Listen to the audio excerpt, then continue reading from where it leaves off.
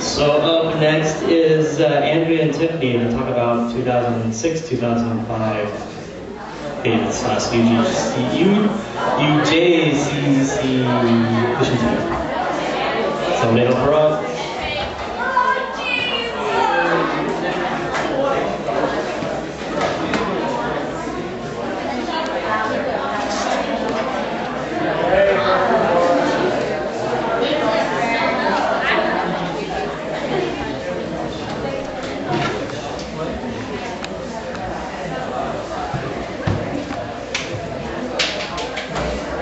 Okay, so I went on the mission trip for 2006 and 2005. And for 2006, we went to Yakima, Washington, which is southern Washington.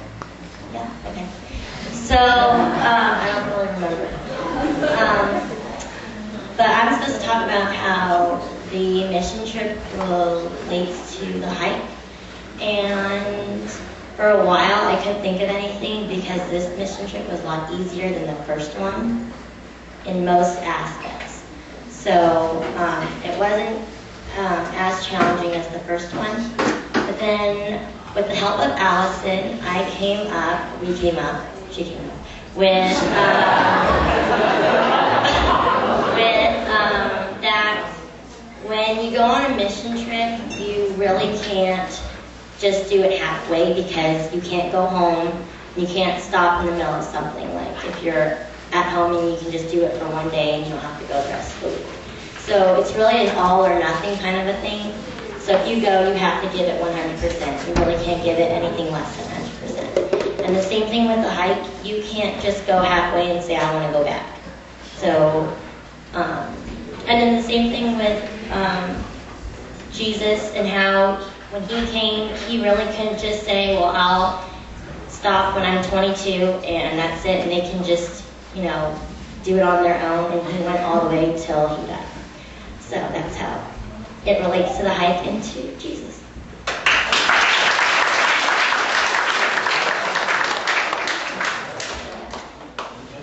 Okay, I went on the 2005.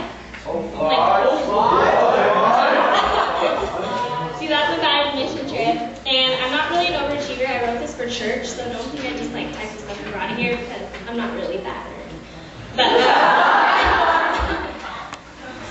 I said putting others before thinking about myself was the hardest part about servanthood for me. Some might say that the sometimes really yucky food and the not so sanitary bathrooms were the hardest part to deal with.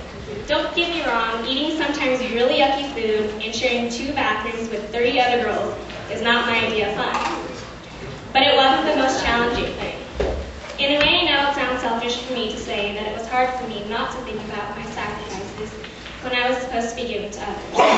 But I really could not help but wonder what I would be doing if I was at home, or what my mom would be cooking for me for dinner that night.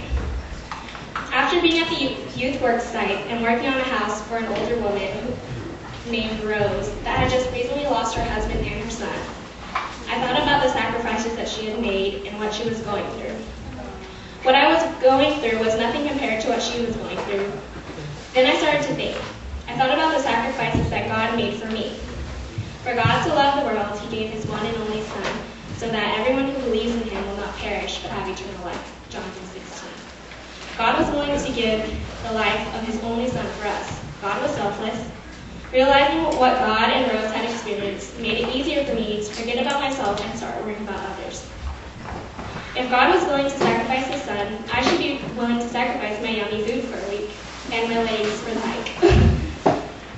So really, the most challenging thing about servanthood was no longer about me thinking about myself, but rather it was about me understanding what God would do and how he would do it. I had come to the understanding that God had given the ultimate sacrifice, and that for me, that was the most challenging thing about servanthood, knowing that I can only give so much compared to God.